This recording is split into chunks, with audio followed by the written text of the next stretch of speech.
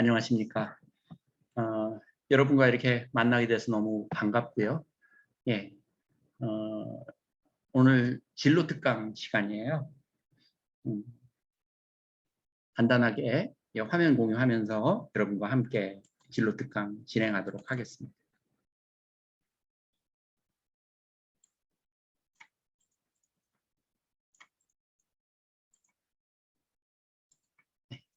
꿈 그리고 새로운 도전이라는 이름으로 여러분과 함께 나눠볼 거예요. 선생님은 과학자예요. 그리고 누구보다도 열정적으로 살아왔어요. 여러분의 부모님들도 그렇게 살고 계세요. 어느 한 분도 자기의 인생을 열정적으로 살지 않은 분은 없어요.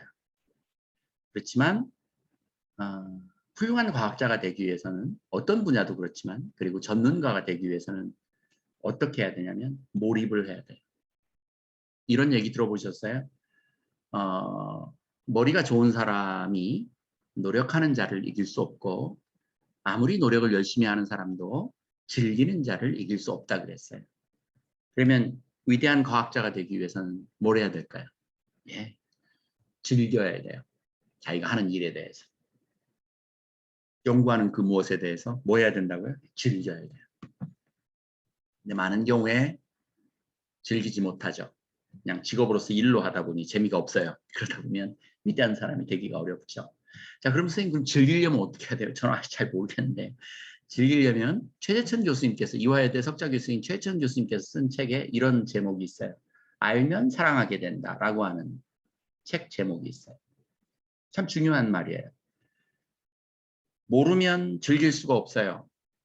게임도 좀 알아야, 어떻게 하는 방법을 알아야 즐길 수 있잖아요. 알면 사랑하게 되고요. 사랑하게 되면 즐길 수 있게 돼요. 기쁘잖아요. 사랑을. 그러면 거꾸로 해볼게요. 위대한 과학자가 되거나 성공적인 인생을 어떤 한 분야의 전문가가 되기 위해서는 어떻게 해야 된다고요? 예, 즐겨야 돼요. 그걸 즐길 수 있어야 돼요. 그럼 그걸 즐기려면 어떻게 해야 된다고요? 그걸 좋아해야죠. 사랑해야죠. 사랑하려면 어떻게 해야 된다고요? 알아야 돼요. 모르면 사랑하기 어려워요. 소크라테스가 이렇게 얘기했죠. 네 자신을 어떻게 하라고? 사랑하라고 그랬죠. 그 얘기는 방금 제가 선생님이 드린 말씀에 덧붙여 생각해보면 이런 얘기예요. 네 자신을 알아라. 깊이 너를 성찰해라. 네 자신을 좀 들여다봐라. 그럼 네 주제를 알고 네가 뭘 좋아하고 뭘 싫어하고를 자세히 알게 되면 그러니까 나를 알게 되면 어떻게 된다고요? 알게 되면 그렇죠. 나를 사랑하게 돼요. 어떤 부분은 참 너 불쌍하구나. 너 살아오느라고 애썼다. 연민이 생기기도 하고 야, 너 그때 정말 열심히 했지? 넌 참 위대한 사람이야. 너 멋진 사람이야. 이렇게 나를 깊이 알게 되면 어떻게 된다고요? 나 자신을 사랑하게 돼요. 사랑하게 되면 어떻게 될까요? 예, 사랑하게 되면 내 인생을 즐길 수 있게 돼요. 내가 뭘 싫어하고 뭘 좋아하는지를 아니까요. 그리고 나 자신을 사랑하는 사람만이 또 어떻다고요? 다른 사람을 사랑할 수 있어요. 사랑의 물이 넘쳐야 다른 사람에게 사랑을 전할 수 있잖아요. 내가 피폐한데 어떻게 사랑을 전할 수 있겠어요? 내 몸이 아프고 늘 짜증스러운데 어떻게 다른 사람에게 사랑을 전할 수 있겠어요? 내가 기쁘고 충만해야 다른 사람에게 사랑을 전할 수 있죠. 다시 얘기하면 나를 알면 나를 사랑하게 되고 나를 사랑하게 되면 내 인생을 즐길 수 있어요. 내가 다른 사람을 사랑하게 되면 그 사람을 알게 되면 그 사람에게 관심이 생기고 사랑하게 되고 그 사람을 위해서 뭔가를 흘려보낼 수 있게 되죠. 그게 꼭 과학자가 아니라도 모든 삶의 원리예요. 어떻게 하시라고요? 예, 즐겨야 되는데 즐기려면 어떻게 된다고요?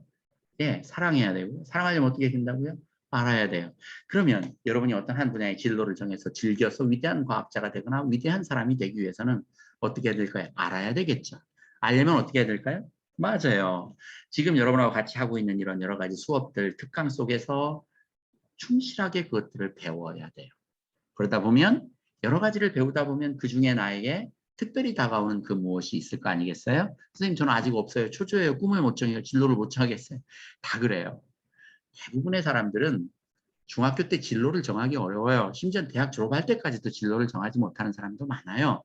그렇다고 그게 문제가 되는 건 아니에요. 하지만 무엇인가를 깊이 알게 되면요. 사랑하게 되고요. 사랑하게 되면 즐길 수 있게 되고요. 그러다 보면 전문가가 되어 있게 돼요. 아시겠죠? 지금 어떻게 해야 되더라고요? 진로를 찾기 위해서는 주어진 것들을 이렇게 알려고 하는 노력을 성실하게 학습할 필요가 있어요. 서두를 필요 없어요. 자,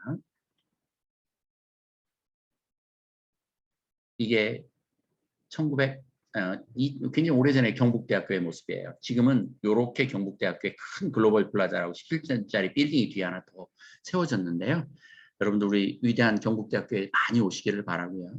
이게 1950년대에 대구, 이게 제일교회인가요? 아무튼 대구의 그 동성로, 뭐 지금 현대백화점에 있는 그 언저리 어디에 아주 대로예요. 여러분이 할머니가 태어나셨던 뭐 그때쯤이죠. 여러분 할머니들이 태어나셨을 때의 6.25 전쟁 직후쯤 되는 그 시대의 대구의 모습인 것 같아요. 오늘날은 어떻게 됐을까요? 예, 오늘날의 대구의 모습이에요. 이게 아마 범원의 거리쯤 되고 유부터 지네스하고 뭐 이렇게 되는 것 같은데 어쨌든 뭐 거대한 메트로폴리탄 예, 도시죠. 멤머스한 도시. 근데 이렇게 도시가 발전하기 위해서는 우리 대구 시민뿐만 아니고 한국 국민들이 정말 열심히 노력했겠죠. 박수를 보내고요. 하지만 이런 도시가 만들어지기까지는 전기, 인터넷 통신, 고층 빌딩을 올릴 수 있는 건축공법, 건축공학, 그 다음에 터널을 뚫고 산을 개발하고 할 수 있는 토목공학, 그 다음에 도로를 깔아야 되고요. 그 다음에 또 뭘 해야 될까요? 인테리어도 해야 될 거고요. 또 뭘 해야 될까요? 네. 이 안에 학교도 세우고 병원도 세우고 뭣도 세우고 지하철도 뚫고 굉장히 많은 것들이 있어야 되지 않겠어요? 하나의 도시가 만들어지기 위해서는 그 각각에는 어마어마하게 많은 새롭게 개발된 기술력들이 들어갔겠죠. 반도체를 포함해서 인공지능, 네, 3D 프린팅 뭐 엄청나게 많은 것들이 그 안에 들어갔을 거예요. 과학자의 삶이라고 하는 것은 이렇게 많은 도시의 사회에서 이렇게 사회가 발전하는 동안에 어느 한 귀퉁이 어느 하나를 새로운 기술의 패러다임을 바꾸는 것이 과학자의 역할일지도 모르겠어요. 그렇게 보면 굉장히 작은 것처럼 보여요. 그렇지만 그 개미처럼 작은 하나의 과학자의 결실들이 100명, 1000명, 10,000명, 10만 명, 세월이 10년, 20년, 100년, 1000년 이렇게 흐르다 보면 이렇게 위대한 도시가 만들어지는 거예요. 그러고 보면 한 전문인의 노력이 당장 눈에는 보이지 않을지라도 모이고 쌓이다 보면 이런 놀라운 발전을 이루게 되죠. 어차피 100년밖에 못 사는 한 번 사는 인생에 있어서 우리 사랑하는 학생들의 삶이 이렇게 사회의 보탬이 되는 귀퉁이의 작은 기술 발전이라 하더라도 그런 인생을 살면 얼마나 좋겠습니까? 그리고 그걸 개발하는 동안에 헌신하고 노력하게 하겠고 힘든 삶을 살 때도 있고 때로는 고통의 시간이 있을 수도 있겠지만 즐길 수 있다면 얼마나 좋겠어요. 꼭 여러분이 그런 즐길 수 있는 여러분의 진로를 찾기를 바랍니다. 선생님 어릴 때부터 교육자가 꿈이기도 하고 또 과학자가 꿈이기도 했어요. 2001년에 만 32살로 경북대학교 생물교육과에 교수로 오게 되죠. 이게 그때의 모습이에요. 지금은 뭐 이제 머리가 이렇게 벗겨지기도 하고 이제 머리도 백발이죠. 이때는 머리가 까맸는데 예, 많이 이제 늙었어요. 21년 전에 잘생겼나요? 그때보다 선생님은 지금이 더 잘생겨진 것 같아요. 선생님이 갖고 있는 여러 가지 꿈들이 있었어요. 교수가 되고 싶었고요. 세계적인 논문을 쓰는 위대한 과학자가 되고 싶었어요. 그걸 위해 지금도 노력하고 있어요. 그렇지만 그 길이 쉽기만 했을까요? 네, 절대 그렇지는 않았어요. 선생님 어릴 때 아버지가 초등학교 교사 선생님이셨지만 경제적으로 뭐 찢어지게 가난한 정도는 아니었지만 박사를 하고 뭐 외국에 유학을 갔다 오고 할 정도로 경제적으로 풍요로운 삶을 살지 않았어요. 경제가 어려우니까 그 안에서 공부하는데 쉬웠겠어요? 어려웠겠어요? 그렇죠. 그렇게 만만치 않았어요. 선생님이 전공한 거는 여러 가지 전공이 있지만 어, 선생님이 전공한 건 여러 가지 전공들이 있지만 어, 뭐, 뭐 곤충도 해보고 모기도 하고 또 뭐 바다에 있는 개새우도 하고 뭐 뭣도 하고 조개도 하고 톡톡이도 하고 되게 많은 연구를 했어요. 미생물도 하고 곰팡이도 하고 그랬는데 그 중에서 선생님이 오늘날까지 이렇게 지금 전공으로 먹고 살고 있는 제 전문성은 분자 계통학이라고 하는 거예요. DNA의 유사도를 따져서 더 가깝고 멀고 엄마 아빠 친자가 맞고 진짜 부모가 맞고 안 맞고 또 범인의 DNA 포렌식 사이언스라고 그러는데 법의학 현장에 있는 DNA와 용의자의 DNA를 비교해서 아 이거는 범인이다 아니다 이런 걸 찾는 거 그런 또는 침팬지와 사람 뭐 오랑우탕의 이렇게 계통연 관계를 보는 것 이렇게 조류가 날아다니는 새가 뭐 물고기와 가까운지 아니면 악어 거북이하고 더 가까운지 아니면 공룡하고 더 가까운지 뭐 이런 걸 DNA 가지고 보는 게 선생님 전공이고 그걸 분자 계통학이라고 해요. 선생님이 전문가로서의 또 교육자로서 교수로서 과학자로서 이렇게 살면서 굉장히 임프레시브하게 다가온 몇 가지 경험들이 있어요. 그중에 한 번은요. 뚜레쥬라고 요즘은 많이 없어졌고 간간히 보이던데 한때 그 파리바게트를 위협했던 뚜레쥬라고 하는 빵집이 있었어요. 제과점이죠. 어느 날 점장이 저한테 와서 뭘 들고 왔냐면요. 딱딱한 나무 조각 같은 걸 까만 나무 조각을 들고 왔는데 교수님 이게요. 지금 어떤 분이 과일 케이크를 먹다가요. 케이크에서 이게 나왔다고 이게 쥐 껍데기라고 쥐 껍질이라고 위생에 문제가 있다고 고소를 해가지고요. 천문학적인 돈을 물어내야 되게 생겼어요. 선생님 어떡하죠 우리. 그런데 이게 도대체 뭔지 모르겠어요. 오븐에 들어갔다 나와가지고요. 딱딱하고 다 말라 비틀어지고 막 타고 그래가지고 이게 쥐 껍질인지 나무 토막인지 뭔지 알 수가 없어요. 선생님 이거 DNA 검식 좀 해주세요. 그래서 그 탄 그 나무 쥐 껍질, 뱀 껍질 같이 생긴 거를 아주 딱딱해요. 박박 갈아서 DNA를 추출하고 DNA 염기서열을 분석해서 유전자 뱅크가 있어요. 은행이 미국에서 만든 미국 그 복지부 또는 국립보건원에서 만든 예, 유전자 은행이 있어요. 그 유전자 데이터베이스에다가 집어넣어서 쫙 돌려보니까 짜자자잔 하고 뭐가 나왔냐면 바나나하고 99.9% DNA가 일치했어요. 과일 케이크였고 그게 바나나 껍질이었던 거예요. 근데 말랑말랑해야 되는데 오븐에 구워지다 보니까 딱딱하게 돼서 마치 쥐 껍질처럼 표피처럼 그렇게 보여져가지고 오해가 됐던 거예요. 그래서 제 DNA 검식 결과로 바나나라는 게 밝혀졌고 그래서 법원에 그 증거로 제출해서 무혐의로 풀려났죠. 그래서 크게 배상을 하지는 않았던 걸로 알고 있어요.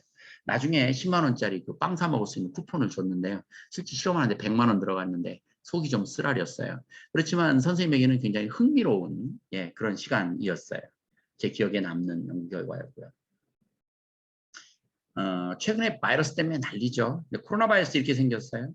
이렇게 뾰족뾰족하고 우리 스파이크라 그러는데 얘네들이 이렇게 그 찍찍이처럼 우리 몸에 비강세포나 세포에 이렇게 가서 붙죠. 이런 것들이 붙는 거예요. 우리 사람의 다리라고 생각하시면 돼요. 이 안에는 RNA가 들어있어요. RNA 바이러스인데 흥미롭게도 코로나 바이러스가 2020년부터 막 창궐했죠. 작년부터. 그러다 보니까 해외가 통제되잖아요. 밀수 건수가 이렇게 줄어들었어요. 관세청은 좋았겠죠. 할 일이 없어가지고 왔다 갔다 안 하니까 이렇게 엉뚱한 곳에 뭐가 악재가 터지면 이렇게 좋아지는 일들이 가끔 있기도 해요. 그런데 저런 바이러스 같은 것들도요. 역학조사를 하죠. 그러니까 예를 들면 여러분 아마 뉴스에서 들어보셨는지도 모르겠어요. 어떤 환자가 발생하면 그 환자가 태권도장에서 또는 교회에서 또는 어디 뭐 유흥주점에서 어디서 발병했는지를 추적하는 거예요. 전염원을 찾는 거죠. 네. 이걸 보고 역학조사라 그래요. 어디서부터 시작해서 어디로 퍼져서 이 사람들이 또 누구에게 전염했는지를 그 경로를 찾는 것을 그리고 얼마나 빠른 속도로 확산해 나가는지를 계산해내는 그런 걸 보고 에피데미올로지라 그래서 그걸 보고 역학이라 그래요. 힘쓰는 학이 아니고요. 그 추적조사를 하는 거를 우리는 역학조사라고 그래요. 그런 역학조사들을 흔히 하잖아요. 이건 이제 코로나 바이러스는 아니고요. 실제로 있었던 일이에요. 에이즈 바이러스에 관한 얘기인데 에이즈 바이러스도 아까 똑같이 생겼어요. RNA 바이러스고 미국이 이렇게 있죠. 그럼 밑에 이렇게 볼록 나온 코처럼 이렇게 나온 남부에 플로리다주가 있어요. 엘리게이터 많이 사는 악어 많이 사는 데 있잖아요. 거기에 이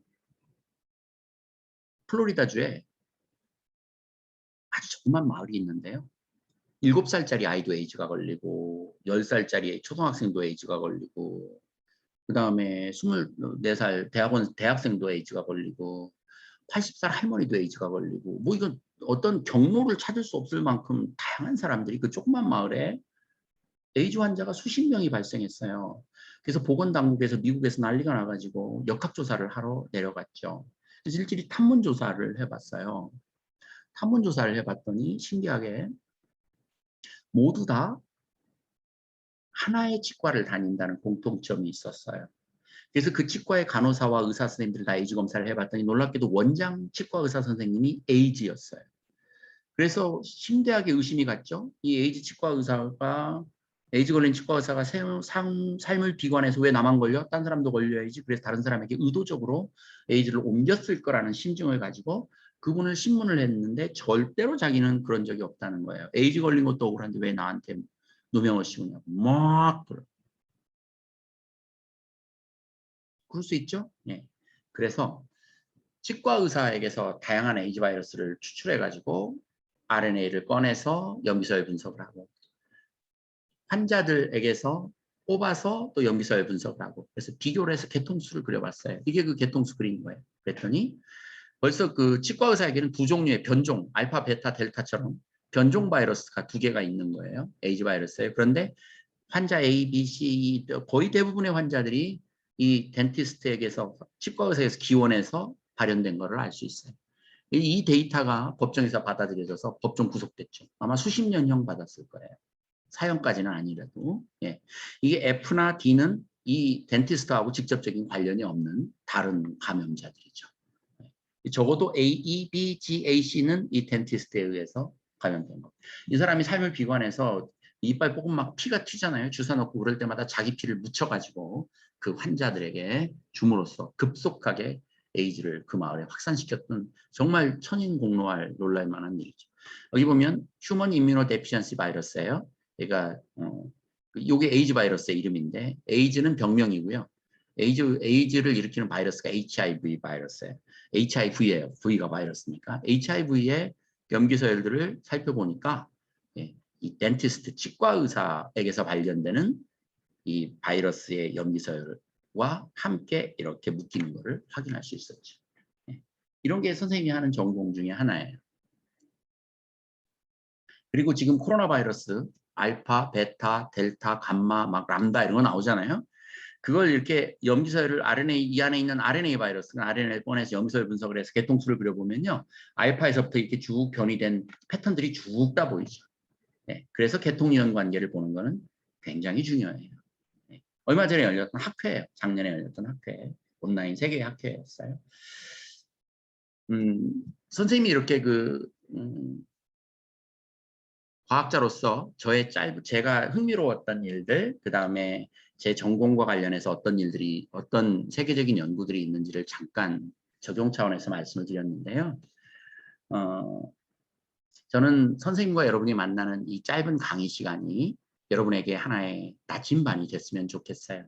내비게이션이 됐으면 좋겠어요. 이 나침반은 뭐예요? 인생의 항로를 정해주죠.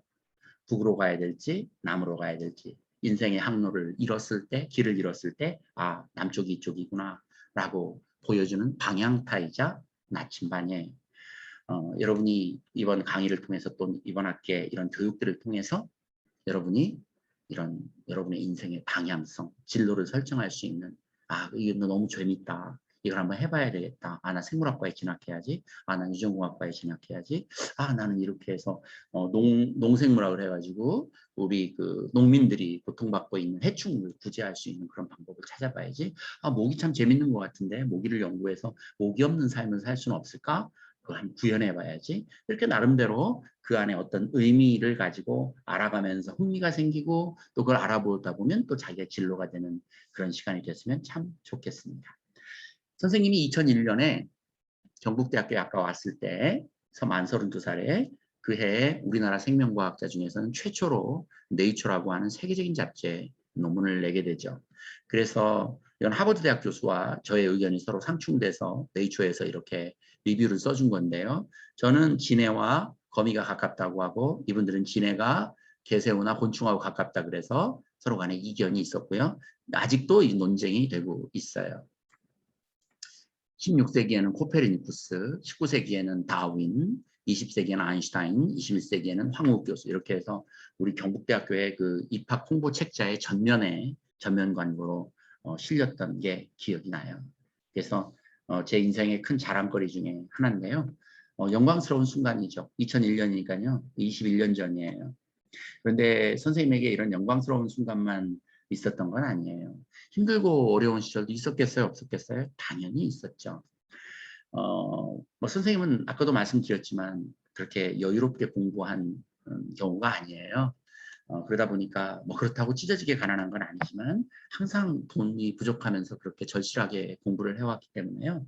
선생님이 지금까지 공부해 온 것만 해도 기적적이라고 생각해요. 선생님 개인적으로. 선생님이 서울대에서 이학 박사를 하고 연세대 기생충학교실에서 연세대 의과대학에서 선생님이 그 박사 후 연수 과정을 하면서 모기 연구를 했었어요.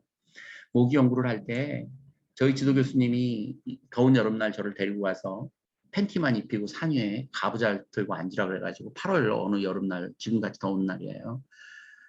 제 몸을 모기에게 먹이로 던져주고 10시에서 10시 반, 10시 반에서 11시, 11시에서 11시 반 이렇게 시간대별로 어떤 모기가 인체를 공격하는지를 살펴보는 그런 실험이었어요.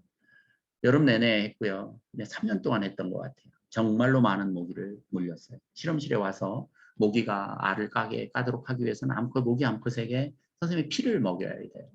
그러면 이렇게 엄청나게 많이 모기에 물리지 않았겠어요? 행복했을까요? 힘들었을까요? 힘들었죠. 어떤 기생충학자들은 기생충을 키우기 위해서 기생충 알을 먹어서 자기 뱃속에서 키워서 기생충을 꺼내서 연구를 하기도 하고요. 어떤 기생충학자들은 이렇게 몸에 피를 빨아먹는 모기처럼 빈대 뭐 이런 것들을 키우기 위해서 거머리 이런 것들을 키우기 위해서 자기 몸에다가 피부에다가 이렇게 그 기생충을 붙이고 다니기도 하죠. 이렇게 또 어떤 생명이 위협받는 그런 해로운 화학물질들을 가지고 실험을 하는 학자들도 있고요. 방사능을 가지고 연구를 하는 학자들도 있고 아무리 차단하고 한다고 해도 간접적으로 몸에 영향을 줄 수가 있어요. 우주선, 우주 연구를 하는 사람들도 꼭 몸에 영향이 없지 않을 거 아니겠어요? 그러니까 어떤 연구를 한다는 것은 어떤 경우에는 자기의 건강을 잃게 만들기도 하고요. 어떤 경우는 굉장히 위협적인 요소로 다가오기도 해요. 모기 연구를 지도했던 저희 연대 지도 교수님은 말라리아 연구를 하시다가 한쪽 눈을 실명하기도 하셨어요. 이렇게 학자들은 목숨을 걸고 때로는 연구를 해요. 자기가 사랑하는 일 또는 자기가 몰입할 수 있는 일, 가치 있다고 생각하지 않는 일에 자기 생명을 걸 수 있겠습니까? 물론 뭐 생명을 걸고 할 필요까지야 없겠죠. 그렇지만 그런 마음가짐으로 연구를 하게 되죠. 그래서 꽃길만 있는 게 아니고 고통의 순간들도 있지만 그걸 극복하면서 과학자의 삶을 살아왔다. 저만이 아니고 많은 과학자들이. 찰스 다윈이에요. 위대한 인물이죠. 과학자로서는 정말 철학자이자 과학자이자 신학자이자 위대한 인물이에요. 런던에 생가가 있죠. 아버지도 의사였고요. 할아버지도 의사였어요. 할아버지는 어이였죠. 청와대 의사였어요. 허준이었어요.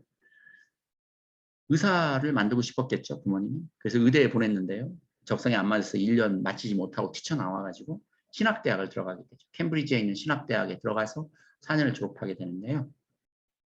졸업 성적도 꽤 우수했어요. 예, 한 10등 정도 해로 졸업했다니까. 졸업생이 몇 명이었는지는 알 수 없지만. 찰스 다윈이 이 진화론이라고 하는 종의 기원이라는 책을 쓰기 전에 비그로 항해를 해서 갈라파고스 군도라는 걸 갔다 오죠. 남미 왼쪽에. 그 태평양에 있는 섬을 갔다 오죠. 그러면서 핀치의 부리, 뭐 핀치를 보고 관찰하고 이렇게 되는데요. 이 찰스 다윈이 비그로 항해를 하게 된 이유가 있어요. 신학교를 4년 동안 다니면서 헨슬로우라고 하는 멋진 교수님을 만납니다. 식물분류학자이자 박물학자이자 철학자이자 신학자였던 지질학자였던 이 헨슬로우 교수를 만나서 신학도 배우지만 그 교수님 따라다니면서 산과 들로 다니면서 채집도 많이 하게 되죠. 특별히 이런 동물이나 식물에 관심이 많았던 지질학이나 곤충에 관심이 많았던 우리 찰스 다윈과 4년을 행복하게 보내요. 찰스 다윈이 졸업하죠. 집에서 백수로 놀고 있는데 헨슬로우 교수에게 편지 한 통이 옵니다.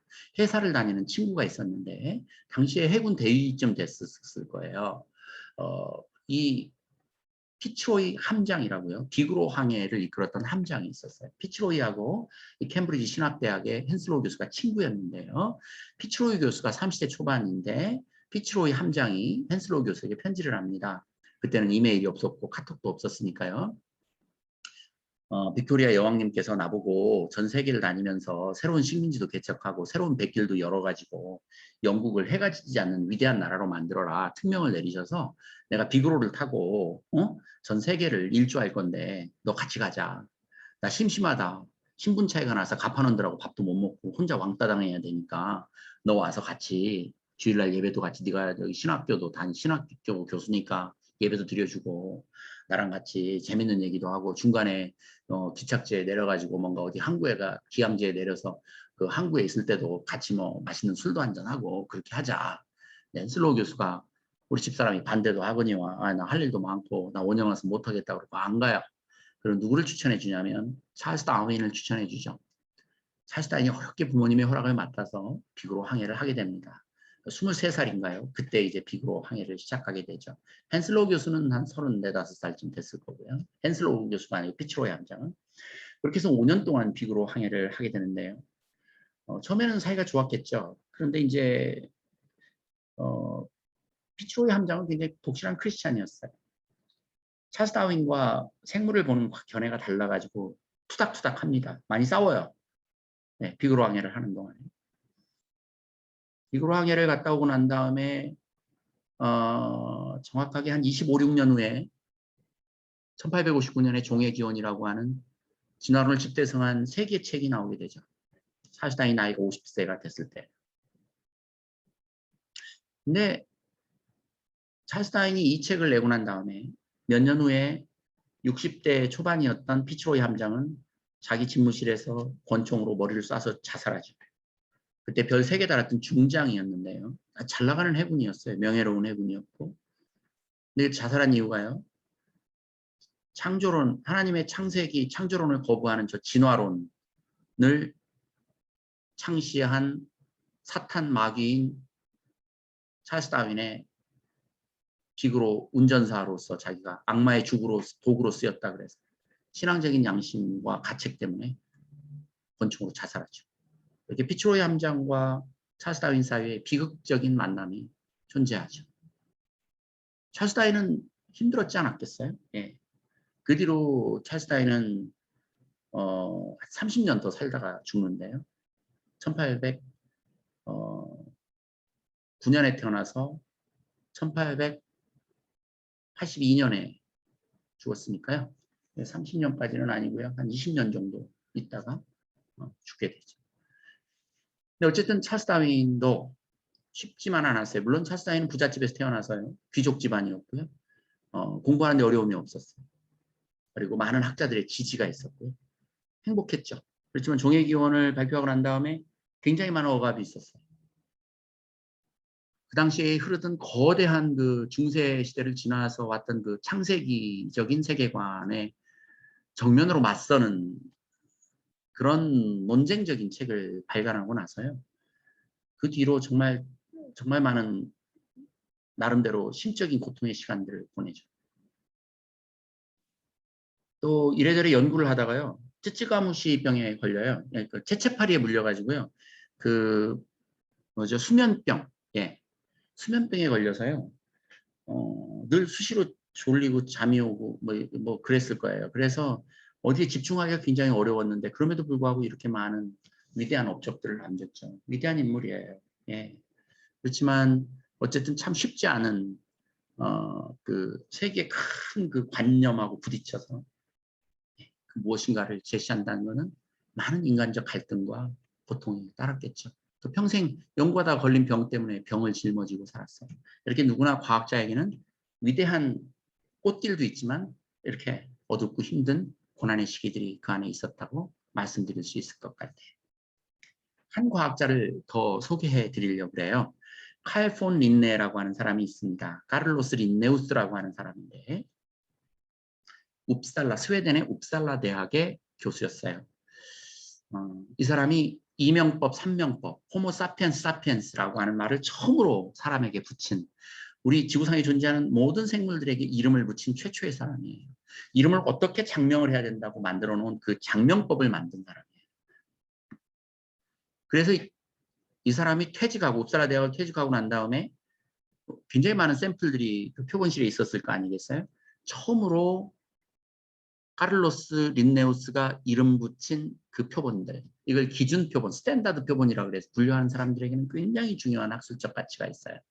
근데 웁살라 대학에서 퇴직하고 카를로스 폰 린네가 돌아가신 다음에 그 샘플에 대한 표본에 대한 가치를 몰랐어요. 미망인에게 이걸 가져가라 그랬죠. 근데 그 박제 표본들을 어디로 호랑이 표본, 곰 표본, 뱀 표본을 어떻게 집으로 가져오겠어요. 그 사모님은 생물학자가 아니었기 때문에 그 표본을 어떻게 할지 몰랐어요. 학교에서 좀 맡아주면 안 되겠냐 그랬는데 학교에서는 이제 새로 교수도 오고 방도 부족하고 이거 좀 다 가져가라고. 영국의 상인이에요. 학자도 아니고. 그 표본의 가치를 알아보고요. 오늘날로 치면 1,000만 원이나 2,000만 원 주고 그 표본을 전체를 샀어요. 왜 수출할 때 어마어마한 컨테이너 있죠? 그 컨테이너만 11개 반쯤 되는 어마어마한 양을 실어가지고 영국으로 가지고 가게 되죠. 영국 상인이 헐값에 사가지고. 뒤늦게 그 카를로스 폰 린네의 이 표본이 영국으로 유출되는 것을 보고 너무 마음이 아팠던 스웨덴의 생물학자들이 스웨덴 국왕에게 탄원을 했어요. 이거는 국부가 유출되는 거다. 이 위대한 업적을 왜 영국에 뺏겨야 되느냐. 뒤늦게 그 소식을 들은 국왕, 스웨덴 국왕이 해군을 보냈죠. 그 잡아오라고. 그 영국 상인 잡아오라고. 스웨덴 함대가 쫓아갑니다. 그런데 안타깝게도 놓쳤어요. 영국령으로 이미 들어가 버렸어요. 스웨덴 함대가 그 안으로 들어가면 전쟁이에요. 영국하고. 전쟁할 수는 없잖아요. 그래서 그 린네가 만들어 놓은 그 기준 표본들을 스웨덴에서 헐값에 거의 그냥 가져가다시피 해서 사기치다시피 해서 가져가서 영국에 세운 박물관이 영국 런던에 있는 자연사 박물관이에요. 매년 3천만 명 이상의 관광객들이 그 영국 런던에 있는 내추럴 히스토리 뮤지엄 자연사 박물관을 보러 가죠. 그 자연사 박물관이 위대해진 거는 바로 린네의 이 기준 표본 때문이에요. 최초로 이름 붙여진 그 표본 때문이에요. 신기하게 스웨덴 학자임에도 불구하고 린네를 기념하는 학술대회나 린네를 기념하는 학술지들이 영국 런던의 자연사박물관에서 개최되고 편찬되죠. 아이러니한 일이죠. 스웨덴 국민들 입장에서는 땅을 치고 후회할 일이에요. 당시에 몇 천만 원 때문에 연간 수천억의 그 관광 수익이나 효과를 누리는 런던 자연사박물관. 우리나라는 이런 한탄스러운 일을 벌이면 안 되겠죠? 예. 자, 그러니까 린네는 어쩌면 지금 땅속에서 한탄을 하고 있을지도 모르겠어요. 위대한 학자입니다. 자, 선생님이 여러분에게 따뜻한 영상 하나 보여드리고요. 그리고 마무리 발언하고 강의를 마치려고 그래요. Family training for this time to see if she can win an individual Olympic gold.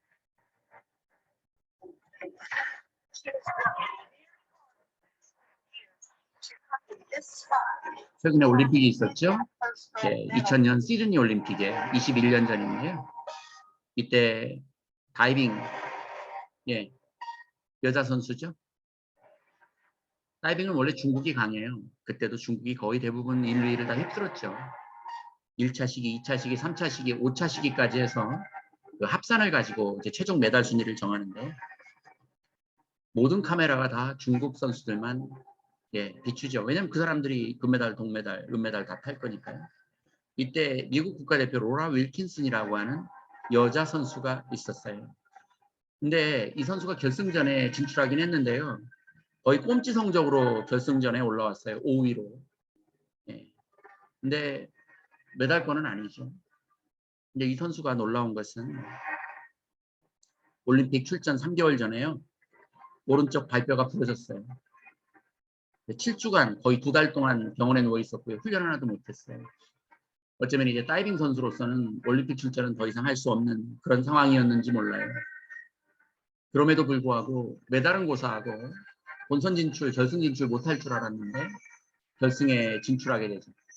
결승을 치르게 됩니다. 1차식, 2차식 총 5번을 해요. 5번을 하는데요. 1차식이, 2차식이 모두 다 5위에 그쳤어요. 동메달권이 아니에요. 이제 3차식이, 4차식이, 5차식이 3번 남았어요. 3차식이 때 완벽한 최고 점수를 얻게 됩니다. 이 다이빙은 물방울을 적게 튀어서 들어가는 게 굉장히 중요해요. 너무나 아름다운 동작으로 들어가게 되죠. 역대 최고 점수를 3차 시기에 받게 돼요. 그래서 일약 이제 1위에 가까운 성적으로 올라가게 되죠.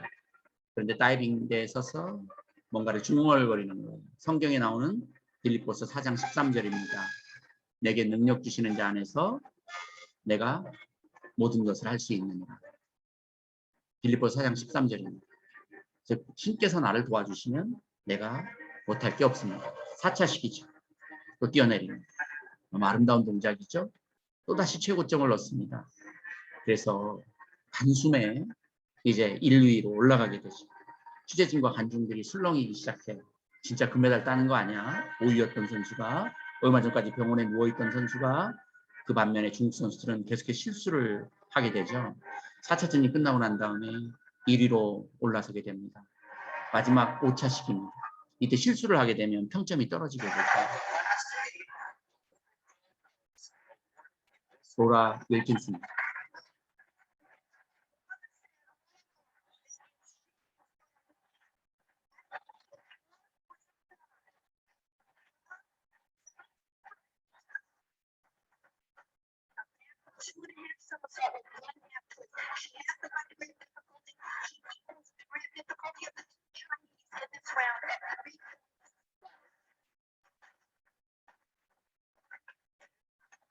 완벽한 동작이죠. 깨끗한 입술. 다시 최고점을 얻게 되죠.